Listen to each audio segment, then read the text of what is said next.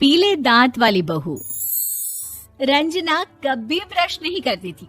उसे कितनी बार उसके माँ बाप ने डांटा, लेकिन उसका कोई असर उस पर होता ही नहीं था, जिस कारण से उसके दांत पीले पीले हो जाते हैं। शादी के बाद। अरे बहू, वैसे तो तुझ में कोई कमी नहीं है, पर तेरे दांत इतने पीले कैसे हैं बेटा? कैसे मतलब? कोई सर्जरी थोड़ी ना कराई है।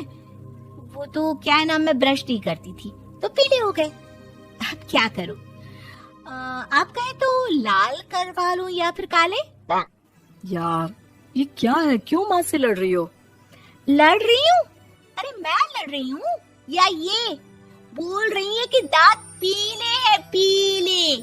अरे तपस्या थोड़ी ना की है इन्हें पीले करने के लिए। बकायदा ब्रश नहीं किया है 20 साल तक, तब जाकर। छी, कैसी बात कर रही हो? ये उस वक्त तो पीले नहीं थे जब हम लोग तुम्हें देखने आए थे। अरे तब साफ करवा लिया होगा डेंटिस्ट के पास जाकर। अब देखो कैसे पीले पीले लग रहे हैं। रंजना सास की तरफ गुस्से से देखती है। फिर शुरू हो गई पीले पीले पीले। अरे पीले तो तब भी थे जब मेरे हाथ का रसगुल्ला उड़ा उड़ा कर खा रही थी और बोल रही थी, लड़की नहीं गुणों का खजाना दे रहे भाई साहब आप। खैर, अब वो लोग करते भी तो क्या करते, पीले दांत वाली बहू पल्ले पड़ी थी तो झेलना तो था ही। एक दिन कीर्तन में रंजना गाना गा रही थी। अरे कमला बहन, माँ का द्वार है, यहाँ तो सब शुद्ध होकर आते हैं, फिर अपनी बहू को ब्रश भी नहीं करवाती तुम। दूर से पीले पीले दांत भक्ति में बाधा उत्पन्न कर रहे हैं। और कोई 2 साल के बच्ची थोड़ी ना लेकर आई हूँ मैं बहू बनाकर। अच्छी खासी लड़की है, अरे कैसे करवाऊं ब्रश? ये तो उसे खुद करना चाहिए ना। अब माँ बाप तो इसके जैसे तैसे निपटा दिए, ये नहीं सोचा कि सास कैसे संभालेगी। सास बहू को लेकर घर आ जाती है, लेकिन सोच लेती है कि अब इसे लेकर कहीं नहीं जाएगी। अगले रोज बहू कहती है, अरे क्या हो गया, मंदिर नहीं जाना क्या? कीर्तन का वक्त हो रहा है। मेरी मधुर वाणी से कान्हा जी जागते हैं और सोते हैं। आप तो जानती है ना उनकी भक्ति में कितना मन लगता है मेरा। वो क्या है ना, तबीयत ठीक नहीं लग रही है मेरी, आराम करूंगी मैं। तबीयत ठीक नहीं लग रही? अभी तो मिथुन के गाने पर नाच रही थी आप, और अब बोल रही है कि तबीयत ठीक नहीं लग रही। अरे भक्ति में मन लगा लो सासू माँ, ऊपर जाना है, क्या मुंह दिखाओगी आप? हाँ? सास को बहू की बात पर गुस्सा आ जाता है। मैं क्या मुंह दिखाऊंगी, इसकी चिंता तो ना कर, समझी? अपने मुंह की चिंता कर, जो ये पीले पीले दांत लेकर हर जगह पहुंच जाती है। पता है लोग कितना मजाक बनाते हैं। ना जी ना, मैं नहीं जाना कहीं तेरे साथ। तो ये बात है। कोई ना, मत जाओ, मैं अपने कमरे में ही बैठकर भक्ति कर लूंगी। ऊपर वाला दांत थोड़ी ना देखता है, मन देखता है, भावना देखता है।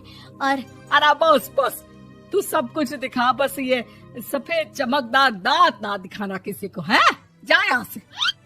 बहू को सास की बात का कोई फर्क नहीं पड़ता, वो तो जैसी थी वैसी ही रह जाती है। सुबह नहाकर किचन में खाना बनाना, फिर खाना खाना, कीर्तन भजन करना और सो जाना। एक दिन, माँ जी मैं सहेली के घर जा रही हूँ, शाम को लेट आऊंगी।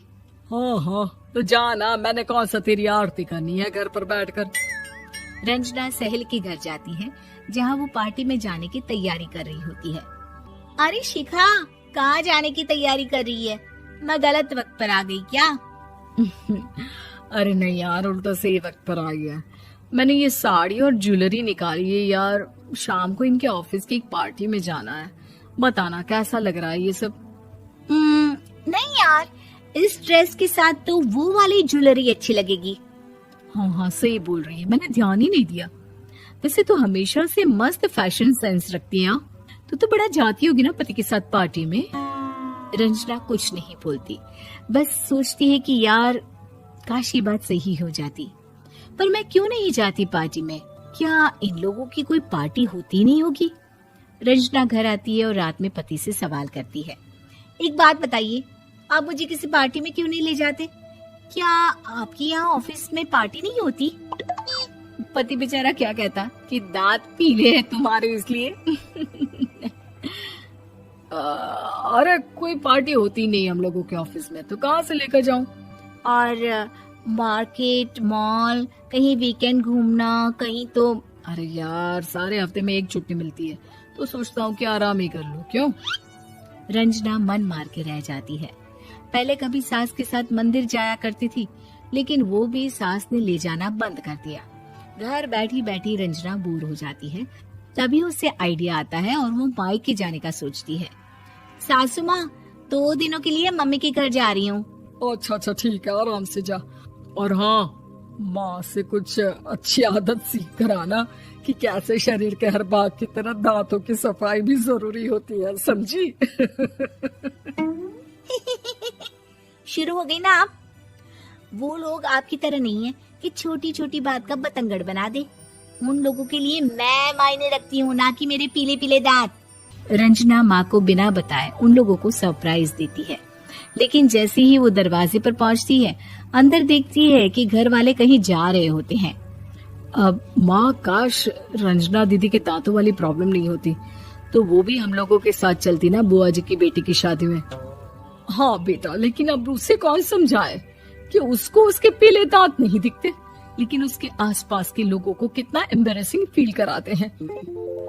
मुझे तो कितनी बार उसके स्कूल की टीचर ने शिकायत की कि उसके साथ कोई लड़की बैठना भी नहीं चाहती, और ना ही कॉलेज में कोई उससे बात करना चाहता था।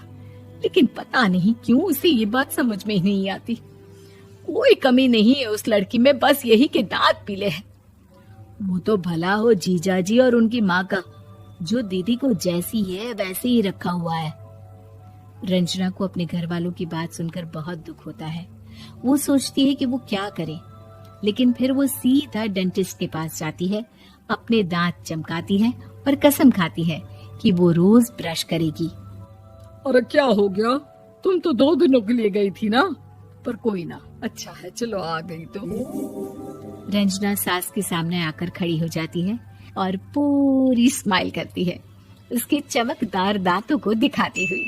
हैं? चले मंदिर? माँ, मुझे माफ कर दीजिए, मैंने आप लोगों को बहुत एम्बैरेसिंग फील करवाया।